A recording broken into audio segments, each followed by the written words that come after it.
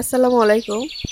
বাসায় মেহমান আসলে হঠাৎ করে অথবা নিজের হঠাৎ করে মিষ্টি খেতে মন চাইলে কোনো ঝামেলা ছাড়াই এই সেমাইটা তৈরি করা যায়। তো আমি দেখাবো কিভাবে তৈরি করে। একদিন কষ্ট করে নরমাল ফ্রিজে রেখে ১ মাসের মতো খাওয়া যাবে। তো আমি ঘি দিয়ে দিলাম। ঘি দিয়ে ভাজলে সেমাইয়ের ঘ্রাণটা অনেক ভালো আসে। তো আমি নারকেল কুড়িয়ে নিলাম। দিয়ে ভালো করে ভাজবো। নারকেলটা লাল লাল হয়ে আসবে। সাথে আমি চিনি এড করব। চিনি পরিমাণ মতো এড করবেন। যে যেমন মিষ্টি খেতে পছন্দ করে তেমন চিনি এড করবেন। একটু বেশি পরিমাণে কিশমিশ দিয়ে দিবেন। তাহলে সেমাইটা খাওয়ার সময় মুখে লাগতে পারে। খেতেও ভালো লাগবে।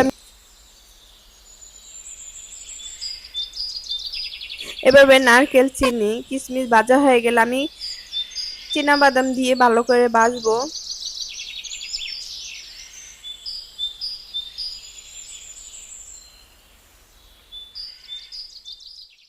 আমি ১ প্যাকেট সেমাই নিয়েছি।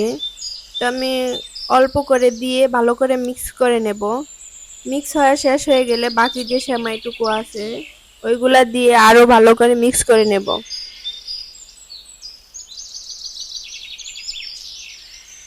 সাথে আমি গুঁড়া দুধ মিক্স করব। গুঁড়া দুধটা একটু বেশি করে দেওয়ার চেষ্টা করবেন, তাহলে খেতে ভালো লাগবে।